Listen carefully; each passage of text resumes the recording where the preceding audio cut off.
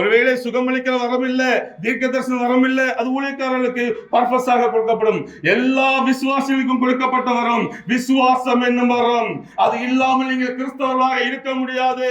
அந்த விசுவாச வரத்தை அனல் மூட்டி எழுப்புகிற பொழுது பயங்கள் மாறும், கோழைத்தனம் மாறும், கஷ்டங்கள் மாறும், சோர்வுகள் மாறும், கஷ்டங்கள் மாறும், எல்லாம் மாறி ஆண்டவருக்காக நாம் பிரகாசமாக எழும்பி பிரகாசிக்க முடியும். இது எல்லா பாடுகளும் வரும், எல்லா மனிதனுக்கும் வரும். அதற்கு தான் இந்த வரங்கள் கொடுக்கப்பட்டிருக்கிறது.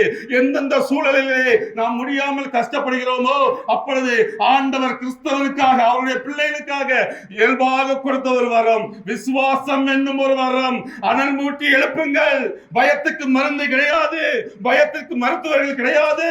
பயம் என்ற ஒரு பொல்லாத நோய்க்கு ஒரே மெடிசன் விசுவாசம் மட்டுமே. அது ஒவ்வொருவருக்குள்ளும் இருக்கிறது. அந்த நேரத்திலே ஜெபித்து வசத்தை வரங்களை அனல் மூட்டி எழுப்புங்கள். இல்ல ஒரு ஊழியக்காரங்களை போய் சேர்ந்து இருந்து ஜெபியுங்கள். அந்த வரங்கள் அனல் மூட்டி எழுப்பப்படும். பயம் மாறும்.